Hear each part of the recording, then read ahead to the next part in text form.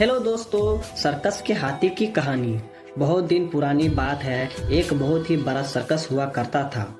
इस सर्कस में बहुत से जानवर कई प्रकार के करतब किया करते थे। वही यहाँ पर एक हाथियों का झुंड भी हुआ करता था, जो कि कई सारे करतब से लोगों का मनोरंजन करते थे।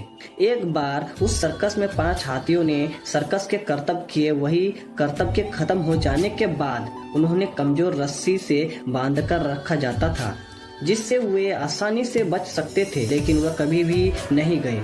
एक दिन सर्कस में जाने वाले एक व्यक्ति ने रिंग मास्टर से पूछा, इन हाथियों ने रस्सी तोड़कर भागा क्यों नहीं? इस सवाल पर रिंग मास्टर ने उत्तर दिया कि जब वे छोटे थे तब इस हाथियों को पतले पतले रस्सी से बांधा जाता था, लेकिन वो छोटे होने के कारण से जितनी कोशिश करने पर भी उसे रस्सी छूट नहीं पाते थे। धीरे धीरे उनकी कोशिश कम होती गई और उन्होंने मन में ये मान लिया कि वो इन रस्सियों को छुड़ाकर नहीं भाग सकते हैं।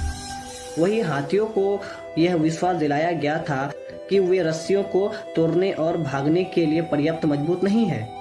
इसलिए जब वो बड़े हो जाते हैं तब उन्हें वही सामान रस्सी से भी आसानी से बांध दिया जाता है। उन लोगों की इस विश्वास की वजह से उन्होंने अब रस्सियों को तोड़ने की कोशिश तक नहीं की, लेकिन देखा जाए तो वे एक ही पल में इन सभी रस्सियों को आसानी से तोड़ सकते हैं, लेकिन वो ऐसा नहीं करते हैं। तो दोस्तों, इस कहानी से हमें ये सीख मिलती है कि हमें समाज में मर्यादाओं के आगे नहीं झुकना चाहिए और वही हमें यह विश्वास करनी चाहिए कि हम वो सब कुछ हासिल कर सकते हैं जो हम चाहते हैं।